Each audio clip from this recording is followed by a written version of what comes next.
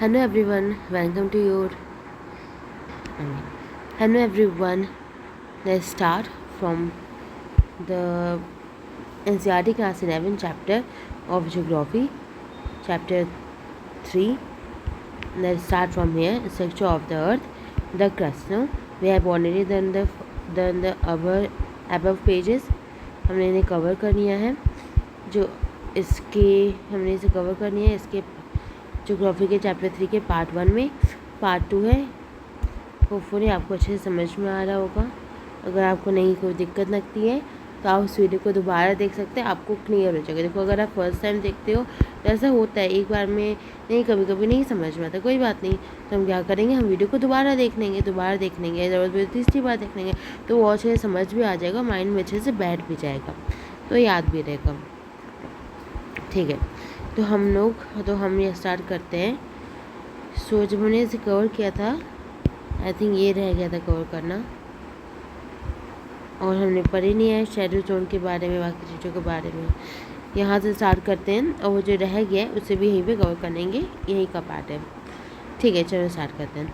तो structure of the earth. ठीक है, स्ट्रक्चर ऑफ द अर्थ क्या है, हमें पता है क्रस्ट. हाँ, क्रस्ट दो पार्ट में डिवाइड दिखा देते हैं. एक कॉन्टिनेंटल पार्ट है इसका और एक ओशनिक पार्ट है इसका. तो यहाँ से स्टार्ट करते हैं. क्रस्ट, तो क्रस्ट क्या है, it is the outer most solid part of the earth. हमारा क्रस्ट क्या है, हमारा अर्थ का, जैसे कि हमारा अर्थ है, तो ये जो आउटर मोस्ट और ये जो सॉलिड है, ये आउटर मोस्ट सॉलिड पार्ट हमारा जो अर्थ का है, उसे क्या कहा जाता है, क्रस्ट कहा जाता है. आउटर मोस्ट मतलब बाहर, सॉलिड पार्ट जो हमारा अर्थ का जो लैंड है उसे क्रस्ट कहा जाता है. It is Britain in nature. Thickness of the crust varies. Thickness of the crust varies करती है under oceanic and continental areas में. जो है क्रस्ट है उसकी थिकनेस वेरी करती है कितनी, जो कॉन्टिनेंटल एरिया है उसका भी, और जो ओशन वाला एरिया है उसमें थिकनेस वेरी करती. कहा जाता है कि oceanic crust is thinner as compared to the continental crust. जो कौन सी क्रस्ट थिनर यहाँ पे इंपॉर्टेंट है, इसको वैसे क्या कर सकता है, इंटरचेंज कर सकता है. तो क्या बोल जाता है कि ओशनिक क्रस्ट जो है वो क्या है, थिनर हो रखा है एज़ कम्पेयर टू कॉन्टिनेंटल. कहने का मतलब है कि जो हमारा कॉन्टिनेंटल क्रस्ट है ये थिकर है, और वो जो ओशन वाला क्रस्ट हमारा वो क्या हो रखा है, थिनर हो रखा है, थिनर. ठीक है. Now, the thickness of the oceanic crust is 5 kilometre, whereas of the continental is around 30 kilometre. क्योंकि ये थिनर है, इसका ना ये छोटा है, 5 किलोमीटर है, और ये थिकनेस, और ये कहा जा रहा है कि जो कॉन्टिनेंटल क्रस्ट है वो थिनर नहीं, वो कहाँ हो गया, आप वो थिकर हो गया ना, कि ओशनिक क्रस्ट थिनर है. तो कॉन्टिनेंटल क्रस्ट क्या क्या है, 30 किलोमीटर बोला जा रहा है कि उसकी क्या है, थिकनेस हो रखी है. तो ये कहा जा रहा है कि the continental crust is thinner in areas of major mountain system. Sorry, the continental crust is thicker. कहाँ पर थिकर है, मेजर माउंटेन के जो सिस्टम्स होते हैं, मतलब कि जैसे हिमालय हो गए, जहाँ पे पहाड़ों के, जहाँ पे पहाड़ है वहाँ पे वो और थिकर पाए जाएंगे एज़ कम्पेयर टू प्लेन्स वाले एरिया में, as compared to other areas में. ठीक है, वो कहाँ ज़्यादा थिकर होंगे कॉन्टिनेंटल क्रस्ट, वो हमारे माउंटेन्स पे ज़्यादा थिकर होंगे. कहा जाता है it is much 70 kilometre thick. कहाँ पर, हिमालय रीजन. हमारा जो हिमालयन रीजन है वो क्या है, एक फोन माउंटेन है, वो हमारा फोन माउंटेन है, वो हमेशा बढ़ता रहता है और ऊंचाई पर. तो कहा जाता है कि जो हमारा हिमालय माउंटेन है वो क्या है, 70 किलोमीटर क्या है, उसका कॉन्टिनेंटल क्या है, क्रस्ट क्या है, वो इतना थिक करेगा. क्योंकि माउंटेन साइड में ज़्यादा होता है, 70 किलोमीटर का हो रखा है, देखा है.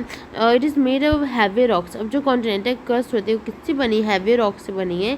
डेंसिटी ऑफ 3 ग्राम पर सेंटीमीटर क्यूब, इससे बनी है. ठीक है, इतना उनकी डेंसिटी होती है, डेट मीन्स. और the type of rock found in oceanic crust is basalt. और जो रॉक हमारे ओशनिक क्रस्ट में पाया जाता है उसे क्या कहते हैं, बेसाल्ट कहते हैं. तो हमारे ओशनिक क्रस्ट में क्या पाया जाता है, बेसाल्ट पाया जाता है.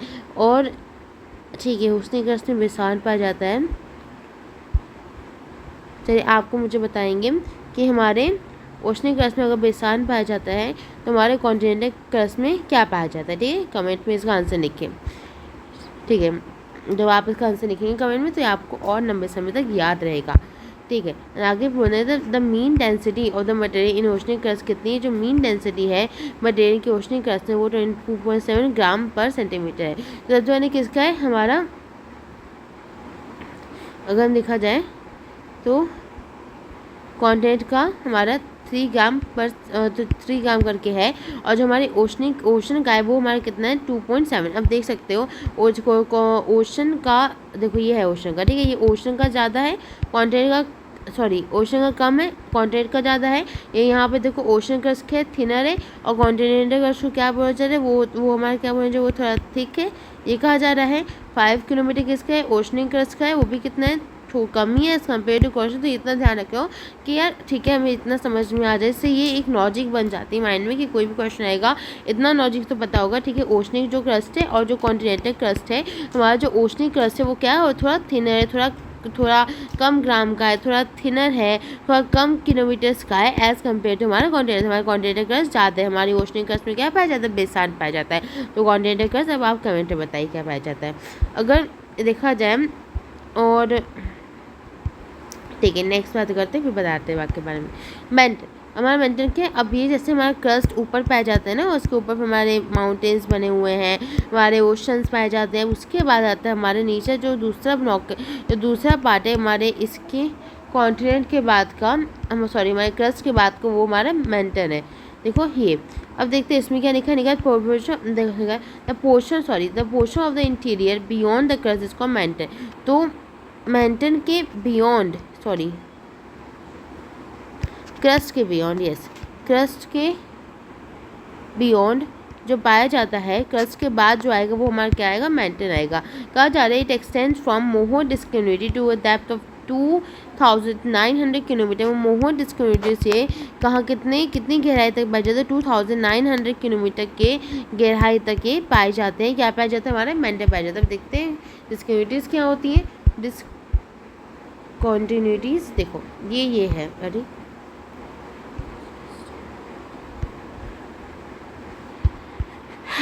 ये देखो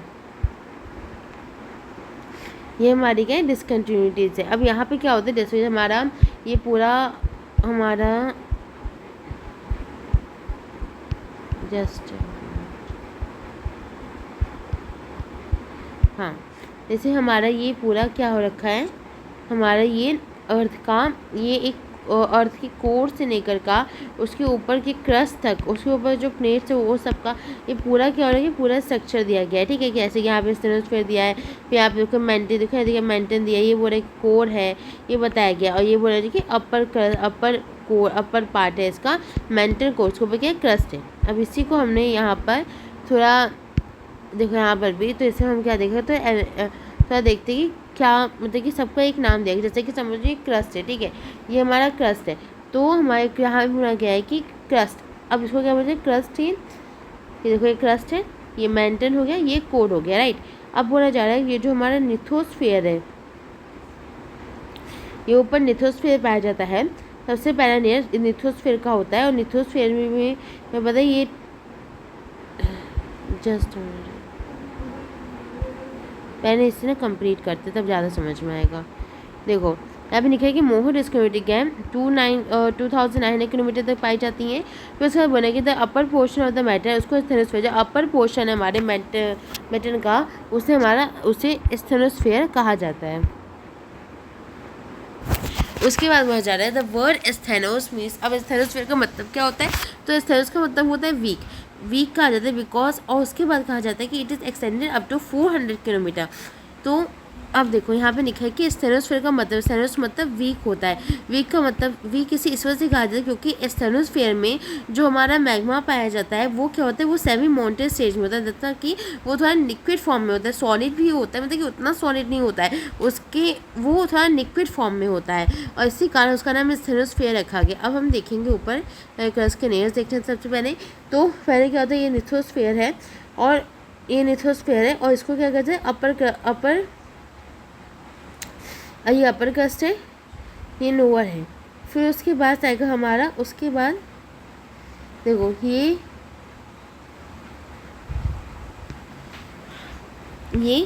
कोरेंड, ये सबसे पहला हमारा डिस्कन्टिन्यूटी है, और ये कहाँ पाया जाता है, अपर एंड लोअर क्रस्ट के बीच में पाया जाता है। देखो ऐसे अपर क्रस्ट है, ये लोअर क्रस्ट है, और इन दोनों के बीच में जो डिस्कन्टिन्यूटी पाई जाती है वो ये पाई जाती है। तो ये पूरा डायग्राम है।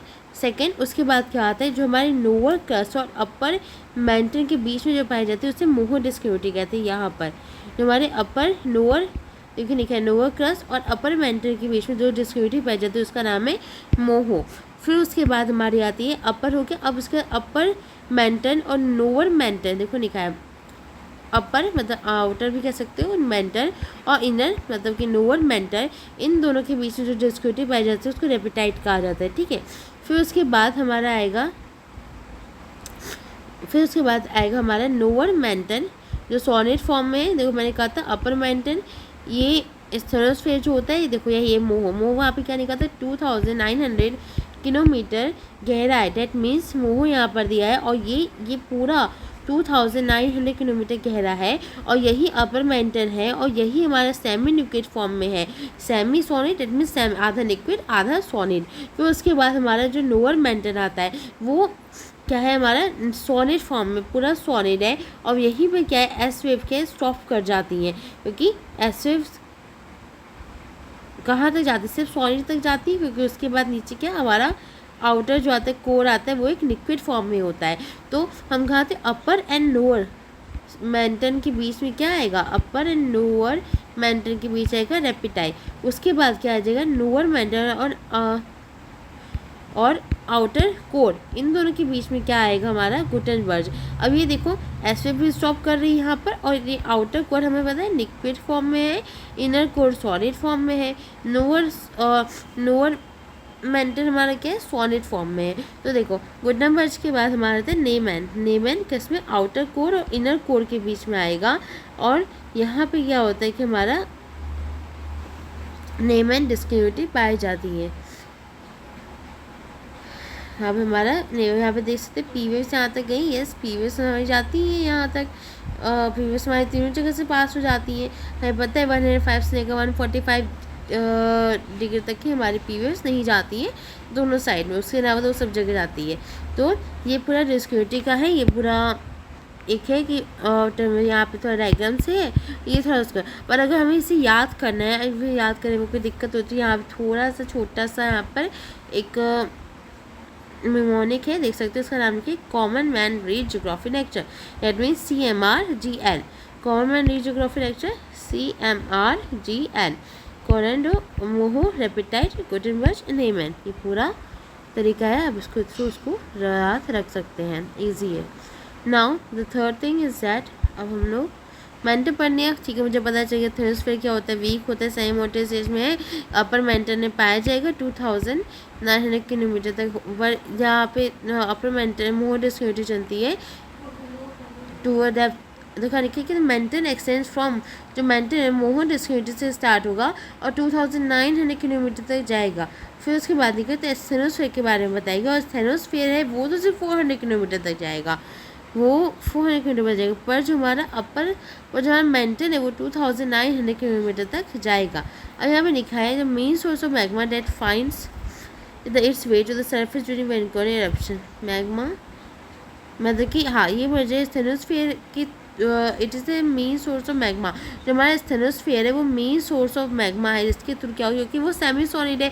अब सेमी सॉलिड है तो अंदर जो अंदर जब वो उसी के थ्रू वो रास्ता बना देता है, तो अगर वो सॉलिड होता तो वो नहीं जा पाता, तो वो जमा ही रहता है ना अंदर, पर वो सॉलिड नहीं है, वो सेमी सॉलिड है, जिसके कारण ये होता है कि वो रास्ता बना देता है। और इसके कारण क्या होता है, जब हम स्टेनोस्फीयर के थ्रू जो मैग्मा है वो हमारे सरफेस पे आता है, इरप्ट होता है। लिखा है it has the density higher than the crust, इसकी डेंसिटी जो हमारे मेंटल की जो हमारी डेंसिटी है वो कितनी 3.4 ग्राम पर सेंटीमीटर की हमारी डेंसिटी है इसकी।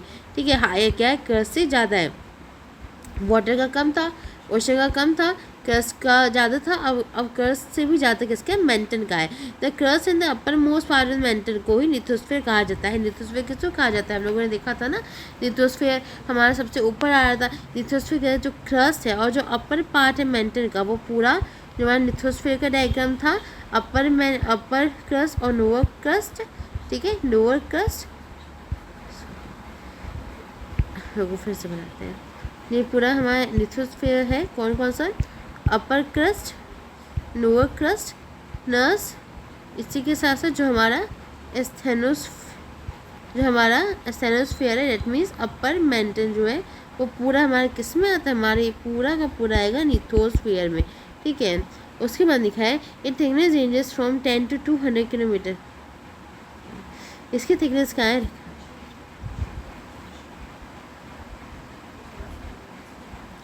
इसकी थिकनेस रेंज करती है 10 to 200 किलोमीटर तक। किसकी थिकनेस? हमारे लिथोस्फीयर की थिकनेस वो 10 to 200 किलोमीटर तक होती है। मतलब कि लिथोस्फीयर ये अपर क्रस्ट है, इससे स्टार्ट होकर 200 किलोमीटर तक पूरा ही नीचे गया। द लोअर मेंटन वो हमारे पता है सॉलिड स्टेट में पाया जाता है और वो ये इस वक्त स्ट्रेटोस्फीयर के बाहर पाया जाता है। जब स्ट्रेटोस्फीयर पहले ऊपर आ रहा है ना, फिर अपर मेंटन हो गया, जैसे कि अपर मेंटन है, फिर उसके बाद हमारा लोअर मेंटन आएगा। फिर हमारा आता है कोर। कोर में क्या हो रखा है? कोर में ये रखा था core mantle boundary is located at the depth of 2009 kilometre. जो कोर के एंड मेंटन की जो बाउंड्री है, जो हमने पढ़ा था कि कोर मेंटन की हमारी एक बाउंड्री हो रखी है ना, आई थिंक इसको गुटेनबर्ग कहते हैं, देख लेना आप लोग। तो वो जो चलो देख ही नहीं अच्छा अभी कोर और हमारे मेंटल की या गुटेनबर्ग जी कहा जाता है, ठीक है। तो हमारे कोर मेंटल की जो बाउंड्री है वो हमारी कहाँ पाई जाती है? वो हमारी पाई जाती है eight the depth of 2009 kilometre. Outer core is in the liquid state, हमें पता है। बाय द इनर कोर हमारा सॉलिड स्टेट में है। देखिए तो डेंसिटी ऑफ द मटेरियल वो और बढ़ गई। देखो 5। अब तो एक बात समझ में आ जानी चाहिए।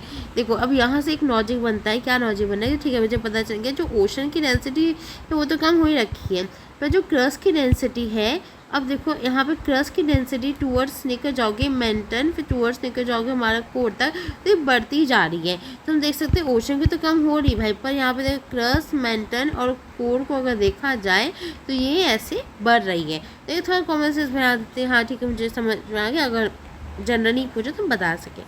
तो आगे देखते हैं। तो at the centre of the earth जो डेंसिटी मटेरियल की, हाँ ये पता चलेंगे। At the centre of the earth at 6300 kilometre with the density value is around. फिर जो सेंटर ऑफ द अर्थ है वो देखा कि मेंटल कोर की बाउंड्री की पर तो इतनी है, पर जो centre of the earth that means you जब इंटर द कोर पार्ट, तो वहाँ पर कितनी है? वहाँ पर 13 ग्राम है। नाउ लिखा है कि द कोर 13 G पर सेंटीमीटर क्यूब।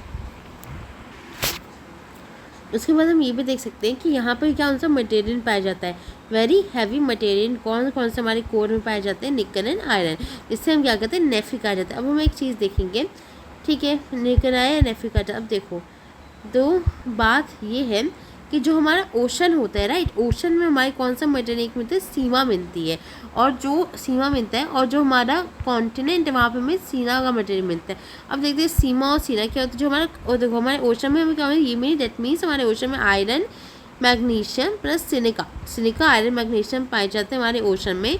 और जो हमारा क्रस्ट है, कॉन्टिनेंट है, जो वहाँ पे हमें सीना दैट मीन्स सिलिकॉन और एल्युमिनियम मिलते हैं। ये मटेरियल मिलते हैं यहाँ पर। उसके बाद अगर हम देखें कि हमारा जो हमारा कोर है वहाँ पे क्या मिलते हैं? Nickel and iron that is NIFE इसे कहा जाता है। नेफी, आयरन और निकल ये कहाँ पाए जाते हैं? हमारे कोर में पाए जाते हैं। तो बस ये कुछ इंपॉर्टेंट पॉइंट्स है। नाउ आगे बढ़ते हैं। तो mantle core. Now next topic हमारा वोल्केनो है। एंड इसी के साथ ये चैप्टर कंप्लीट कर देंगे, ज़्यादा नहीं बचा है। वोल्केनो क्या? Volcano is a place where gas, ashes और mountain rock material lava escape to the ground. हमें पता है वोल्केनो से क्या होता है? ये ऐसे होता है, ऊपर कोन टाइप का शेप है, यहाँ से सारी मटेरियल से गैस निकलेगी, ये एसिड निकलेंगे, माउंटेन रॉक मटेरियल लावा ये सब निकलेगा, ग्राउंड पे आएगा। अब वोल्केनो इस कौन है? Active volcano. वोल्केनो को क्या कहा जाता है? एक एक्टिव वोल्केनो कहा जाता है। अगर मटेरियल जो मेंशन है been released or have been released in the recent past, वो मतलब कि वो वोल्केनो उसको वो एक वोल्केनो होगा, उसमें से मटेरियल निकल रहे हैं या अभी कुछ ही जस्ट कुछ 1-2 साल में मटेरियल निकला है, कुछ महीनों में निकला है, तो उस वोल्केनो को क्या कहा जाएगा? एक एक्टिव वोल्केनो कहा जाएगा। वही अगर देखा जाए the near below the solid crust is mantle. हाँ, सॉलिड क्रस्ट के बाद मेंटन ही it has high density than that of the crust. हाँ हमें पता है कि जो हमारा जो क्रस्ट है उसके बाद हमारा मेंटन आता है। फिर देखते हैं, हाँ हमें भी पता है क्रस्ट से ज़्यादा तो हमारे मेंटन की डेंसिटी होती है। तो मेंटन कंटेन्स वीकर जो का स्थैनोस है। हाँ हमें पता है स्थैनोस पे होता है। मुझे जल्दी से पता है स्थैनोस का मतलब क्या है? कमेंट में जल्दी से लिखिए स्थैनोस का मतलब क्या है। और ये भी बताइए कि स्थैनोस कब कितने किलोमीटर के डेप्थ तक है, ठीक है, जल्दी से बताइए। नाउ ये आपका काम बताने का। तो पता है, ठीक है, बिकॉज एस्थेनोस एस्थेनोस्फीयर पाया जाता है। It is from that mantle rock material find the way to the surface. हाँ ठीक है, इसके द्वारा रॉक मटेरियल सरफेस पे आते हैं, ये भी पता है। The material in the upper mantle portion is called magma. हमें पता है, हमने पढ़ा था। इसी के थ्रू क्या होता है कि ये इतना वीक है, इसी के थ्रू जो पोर्शन है वो हमारे एस्थेनोस्फीयर से ही वो सारी चीज़ें क्या एस्थेनोस्फीयर से ही क्या होते हैं, क्योंकि वो वीक है, सेमी सॉलिड है, सब वो हमारे मैग्मा के लिए एक रास्ता तैयार करता है कि मैग्मा क्या हो उसमें से बाहर निकले। तो अपर मेंटल द मटेरियल जो है अपर मेंटल पोर्शन जिसे एस्थेनोस्फीयर भी कहा जाता है, उसमें मैग्मा है। अब चलिए ये बताइए कि अमोहो डिस्कन्टिन्यूटी की डेप्थ कितने तक है। अपर मेंटल में मोहो डिस्कन्टिन्यूटी की डेप्थ कब तक कितने तक है।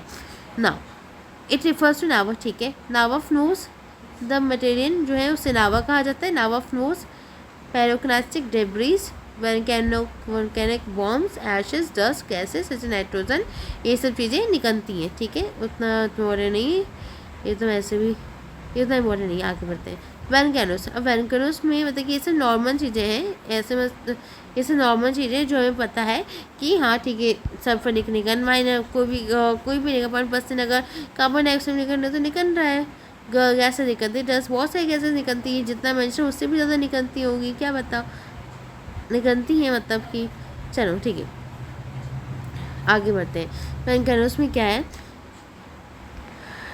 वैनकैनोस के हमारे टाइप्स होते हैं, जैसे एक शीर वैनकैनो है, देखा सिंडर कोन है, कंपोजिट वैनकैनो है, और हमारे पास ऐसे वैनकैनो के टाइप्स हुए। तो सीन वैनकैनो क्या होती है, जैसे यहाँ पे लिखे तो सीन volcano largest of the all the volcanoes, हमारे और सबसे ज़्यादा सीन वैनकैनोस हैं, सबसे ज़्यादा लार्जेस्ट हैं, ठीक है। Hawaii volcano are the most famous examples हैं सीन वैनकैनो का। वो मेड ऑफ किससे बनी, बेसाल्ट से बनी है, जो एक लावा बहुत फ्लूइड होता है, मतलब कि वो बहुत तेज बहता है जब वो इरप्ट करता है, तो उसे शीन कहते हैं। देखो शीन ऐसी होती है, ऐसा तो नहीं कि शीन कोन जैसी होगी, नहीं, शीन तो ऐसी होती है ना। तो एक बात ये इसको शीन इससे कर, क्योंकि जो लावा है वो अब ये इसमें से लावा ऐसे फ्लूइड के जैसे पानी की तरह बहता है, फ्लूइड के जैसे बहता है, और जब ये बहता है तो वो क्या होता है, बहुत उतनी स्टीप नहीं होता। जब वो स्टीप मतलब ऐसे बनाना चाहिए ना, कोन बनने के स्टीप होना चाहिए, पर स्टीप नहीं, तो कोने का शेप नहीं का, जाहिर सी बात है, दे बिकम एक्सप्लोजिव। पर अगर उस वेंट में जिसमें से निकल रहे पानी ऊपर से चला गया तो वो एकदम एक्सप्लोजिव हो जाएंगे। लिखा है द कैरेक्टर्स अदरवाइज, क्योंकि कैरेक्टर्स के नो एक्सप्लोजिव, वरना तो इतने ज़्यादा एक्सप्लोजन नहीं करते। The coming magma moves in the form of mountain and throws out the cone of the top of the vent and develops into cinder cone.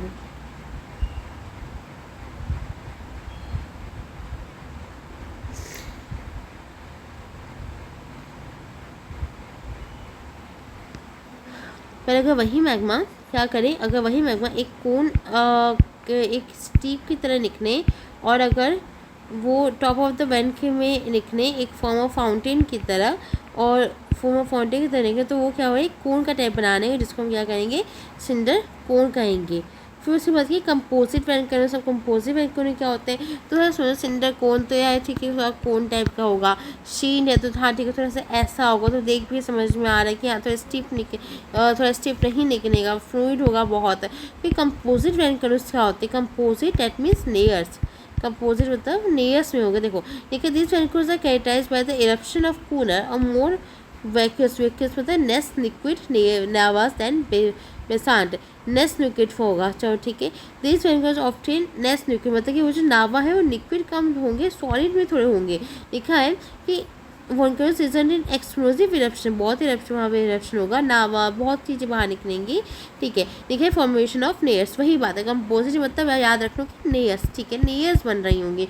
Layers मतलब कि वो जो यहाँ पे ये भी कहा गया है कि ये नेस लिक्विड फॉर्म्स का मतलब वो सॉलिड होंगी, डेट मीन्स वो जो भी होगा थोड़ा रुक जाएगा यहीं पर, इतना तेज नहीं बहेगा ये। तो यही बात है कि वो थोड़े नेस कंपोजिट में एकदम लेयर्स बनाएंगी, नेस लिक्विड फॉर्म में होंगी और लेयर्स बना रही होंगी। फिर उसके बाद हमारे क्या आता है, हमारे ये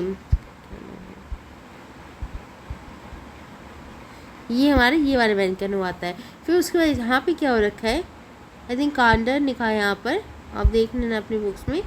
ये वोल्केनो है हमारा, ये बहुत एक्सप्लोसिव वोल्केनो है, ठीक है। ये क्या करते हैं, ये बहुत एक्सप्लोसिव, क्योंकि जब ये खुद इरप्ट होगा तो खुद ही कोलैप्स हो जाएगा। मतलब ये इतना एक्सप्लोजन करता है कि अगर ये इरप्ट भी हो रहा हो ना, निकाल भी रहा हो ना, तो खुद ही इतना होगा कि खुद ही कोलैप्स हो जाएगा निकालते निकालते। देखा है हम से ये कोलैप्स हो जाएंगे rather than bending any tall structure, क्योंकि वो कोन फॉर्म नहीं कर पाते उतना, ठीक है। कोलैप्स डिप्रेशन, और इसके अंदर जो कोलैप्स हो जाएंगे, समझ लो ये एक वोल्केनो था और जब ये कोलैप्स हुआ तो ये थोड़ा सा गड्ढा टाइप का यहाँ पे ऐसे बन गया, ठीक है। कोलैप्स हो गया। अब इसको क्या कहा जा रहा है, इसको कैंडर्स कहा जा रहा है। यहाँ पे लिखा है कि इसमें और कुछ भी देखा गया कि इसके अंदर जब बारिश होती है तो पानी भी जम जाता है, इसके भर जाता है इसके अंदर। They explosion indicate that the magma chamber जो सप्लाई करे लावा को वो ह्यूज तो बहुत है, और एक क्लोज डेंसिटी में भी है, बहुत पास भी है, और बहुत वो क्या कहा जाए, बहुत पास भी है और बहुत ह्यूज भी है। तो ये हो गया, ये वोल्केनोस हो गए। और इस वोल्केनोस में ये कि ये बहुत तेज़ एक्सप्लोजन देगा, प्लस इसमें इरप्ट हुआ तो खुद ही फॉर्म हो जाएगा और अपने अंदर एक एक्सप्लोज अपने अंदर एक सिंडार्स को फॉर्म कर लेगा। Collapse depressions. Flood response provisions क्या होते हैं, देखो फ्लड प्रोविजंस क्या करते हैं, ये क्या प्रोविजंस पीस याद रखो, प्लेट्यूज क्या बनाएंगे, ये प्लेट्यूज बनाएंगे। लिखा है दिया the output heavenly fluid, because ये क्या प्लेट्यूज क्यों बनेगा, अब खुद ही सोचो ना, प्लेट्यूज तब बनेगा जब ये ऐसी होती प्लेट्यूज, ठीक है। तो ये क्या मतलब कि जो लावा वो क्या सीधे बह रहा है, ऐसे बह रहा है एकदम स्टिफ, नहीं, लावा कैसे बह रहा है, वो एकदम प्लेन फॉर एकदम फ्लूइड लावा है और बहुत वो प्लेन सीधे बह रहा है। लिखा है कि फॉर लॉन्ग डिस्टेंस तक ऐसा वो काम करते हैं, ये फ्लूइड नहीं फ्लो करते हैं, हाईली फ्लूइड लावा है, थाउजेंड्स ऑफ किलोमीटर तक लिखा है, ठीक है। उसके बाद यहाँ पे क्या लिखेगी मोड, फिर कहते हैं basalt province thousand of square kilometre तक के और थिक बेसान लावा इस एरिया को कवर करता है। Can be series of flows with some flows attaining thickness of max an 200 ऑफ किलोमीटर्स, मतलब कि कुछ ज़्यादा ही थिकनेस भी हो सकता है कुछ। यहाँ पे अब देख लेना, आई एम सॉरी, ऐसे ही हो गया, वेरी सॉरी फॉर डैट। दूसरे यहाँ पे नहीं है यहाँ पे मेंशन, कोई बात नहीं, आप देख लेना वहाँ से कुछ एरिया के बारे में लिखा होगा। यहाँ पे लिखा है ना 100 ऑफ किलोमीटर, तो वो बहुत मतलब कितना निकलता है कि वहाँ पे काफ़ी थिक भी होता है, कुछ काफ़ी बड़े प्लेटूज भी बन जाते हैं, काफ़ी चौड़े काफ़ी लार्ज 100 ऑफ किलोमीटर तक के एक्सटेंड हो जाते हैं। देखो तो Deccan tails from India presently covering most of the Maharashtra village, कि हमारा डेक्कन टेल हमें पता है वो कब बना था, जब हमारा इंडिया ये कब बना था, from India presently covering most of the Maharashtra प्लेटू को कवर करता है। और एक बेसान प्रोविज़न है largely larger flood, it's believe that, चलो ठीक है। उसके बाद देखिए कि मिड ओशनिक रीजन्स वोल्केनोज क्या होते हैं, तो हमें पता है मिड ओशनिक रीजन्स क्या होते हैं, दे आर लाइक दिस, यहाँ पे ओशन के बीचों बीच यहाँ पे क्या होगा, यहाँ से लावा निकल रहा है, वो ऐसे ऐसे जा रहा है, तो वो क्या करते हैं रिजेस फॉर्म करने थे यहाँ पर, तो यहाँ पे यहाँ से लावा निकलता है। देखकर तो ओशनिक एरिया में होंगे, ओशनिक रिजेस सभी ओशनिक एरिया में होंगे, और 70,000 प्लस किलोमीटर तक स्ट्रेच होते हैं, बिकॉज ये हमारा कहा जाता है ओशन का बेसिन भी ओशन के लैंड को ही फॉर्म करते हैं, यहाँ से ऐसे ऐसे निकलते हैं। और ये बताओ सबसे ज़्यादा कौन सा यंगर होगा, ये वाला जो पास होगा यहाँ पे वोल्केनो के, या फिर दूर पड़ जाए, यंग कौन सा होगा, ये यंग होगा कि ये यंग होगा, ये आपका आंसर देना है कमेंट्स में, आप बताइए, ठीक है। और उसके बाद क्या कहा जाए वोल्केनो नेट फॉर्म्स, तो हमें पता है वोल्केनो जब निकलता है तो हमें देखा प्लेटू फॉर्म कर रहा है, वो फॉर्म कर रहा है सिनाकोन को शीन टाइप के एरियाज को फॉर्म करे, तो वोल्केनो उसके अलावा भी वोल्केनो की अगर हम देखें इनर और आउटर दोनों से कुछ ना कुछ स्ट्रक्चर्स फॉर्म होते हैं। देखा जाता है नावट, यहाँ पे लिखा था नावट is release volcano eruption of cooling develops into igneous rock, क्या बताए, तो इग्नियस रॉक जो डायरेक्टली लावा से फॉर्म हुई है, वो जो लावा होता है जब वो बाहर निकलता है, फिर जब वो कूल हो जाता है इरप्शन के बाद, जब वो प्लेटफॉर्म पे मतलब अवेलेबल रहेगा ऊपर हमारे सरफेस पे अर्थ के, तो जब वो कूल हो जाएगा तो वो क्या करेगा इग्नियस रॉक फॉर्म करेगा। लिखा है कूलिंग तो सरफेस पे भी हो सकती है या फिर तो उस नावा जहाँ से निकल रहा है वहाँ पर भी हो सकती है। देखिए depending on the location of the cooling of the lava igneous rock उसको ऐसे किसके लोकेशन से मिले उनके लोकेशन के हिसाब से उसे क्लासिफाइड करते हैं कि ऐसे वैल्कॉनिक रॉक्स है जो सरफेस पे होते हैं। प्लूटोनिक मतलब समझ लो प्लैनेट के अंदर समझ लेना, तो ये क्या है क्रस्ट में फॉर्म होते हैं। जो हमारे क्रस्ट में फॉर्म होंगे और कूल हो जाएंगे उसे प्लूटोनिक कहा जाएगा। जो हमारे वैल्केनो में सरफेस पे होंगे उसे वैल्केनिक रॉक्स कहा जाएगा। The lava that cools when they within the crystal portion assumes different forms, definitely वो अंदर तो different forms नहीं पाएंगे। these are called the intrusive forms इन्हें कहा जाता है। जो लावा जो कूल हो जाएंगे हमारे अर्थ के में के अंदर के ही पोर्शन से कूल हो जाएंगे तो उन्हें क्या कहा जाएगा इंस्ट्रूसिव फॉर्म्स। जो फॉर्म करेंगे उन्हें तो इंस्ट्रूसिव फॉर्म्स कहा जाएगा, उनको कहा जाएगा प्लूटोनिक रॉक्स उनको कहा जाता है। देख सकते हो कौन कौन सा यहाँ पे देख सकते हो नेक्रोनिथ है, पैथोनिथ है, स्टिन है, राइक है, स्टॉक है। तो ये सारे क्या है हमारे अर्थ के अंदर फॉर्म हो रहे हैं। वही हमारे अर्थ के बाहर सिंडार्को, नावा प्लेट्यू, नावा कोरविट, वोल्केनिक डोम, वोल्केनिक नेक, ये सारी चीज़ें हमारे अर्थ पे आउटर लैंडफॉर्म में फॉर्म हो रही है। फिर देखिए तो हमारे कुछ इंपॉर्टेंट हमारे इसके क्वेश्चन भी आ सकते हैं। उतना तो वैसे क्वेश्चन नहीं पूछता है, होपफुली मुश्किल से एक दो ही पूछा गया है अभी तक, but this is also something important into this। पैथोनिट्स क्या होते हैं तो देखो पहले पैथोनिट्स होते हैं कहाँ पे, यहाँ पर जो मतलब बहुत बड़े होते हैं। वो बाकी सारे जो इनर देख रहे हो ना सबसे बड़े ही होंगे। पैथोनिट्स बहुत बड़े होते हैं। पाथ बी फॉर बिग समझ लो, ठीक है। पैथोनिट्स लार्जर बॉडी ऑफ मैग्नेटिक मैग्माटिक लिखा है, हाँ material that cools in the deeper depths of the earth crust develops form of large domes. They appear on the surface only after the degeneration process remove the overlaying materials। का मतलब क्या है कि जब detonation process मतलब कि जब weathering होने के थ्रू या फिर किसी और प्रोसेस होने के थ्रू उनके अपर सॉइल की जब ये हट के और वो जो इनर के बैथन के जो मटेरियल्स है वो जब अर्थ पे एक्सपोज हो जाते हैं वेदरिंग के थ्रू बाकी चीज़ों के थ्रू तभी वो हमेशा अपेयर होते हैं। मोस्ट प्रॉब्ली तब वो अपेयर होते हैं। देखिए यहाँ पर जब उनके ओवर नहीं मटेरियल डिटोनेशन प्रोसेस के वजह से सॉइल हुआ, कोई बड़ी बड़ी ऊपर की रॉक्स हैं या फिर कोई पेड़ है वो खुद हट जाएगा तो हमारे पैथोनिट्स अंदर का दिख जाएगा। They cover large areas assume depths, they are called granitic bodies से कहा जाता है। Batholiths are the cool proportion of the magma chambers, और वो क्या है कूल प्रपोर्शन होते हैं मैग्मा चैम्बर्स के। दैट मीन्स पैथोनिट क्या है समझ इतना बड़ा पैथोनिट है तो ये क्या पूरा कूल प्रपोर्शन मैग्मा चैम्बर का हो सकते हैं। यहाँ पर मैग्मा का एक चैम्बर हो लास्ट मैग्मा निकल रहा तो ये पूरा क्या यहीं पर जम क्यों कौन सी कूल हो गया ना तो कूल प्रपोर्शन मैग्मा के चैम्बर का निकला। नेकोनिथ क्या होते हैं तब नेकोनिथ बहुत ज़्यादा है। नेकोनिथ्स क्या होते हैं दे आर नार्ज डोम शेप वो भी होते हैं। इंट्रूसिव बॉडी भी होती है with naval base connected to the pipeline like pipeline देखा जाए। नेकोनिथ दीज आर नेकोनिथ पाइपलाइन स्ट्रक्चर से कनेक्टेड होते हैं।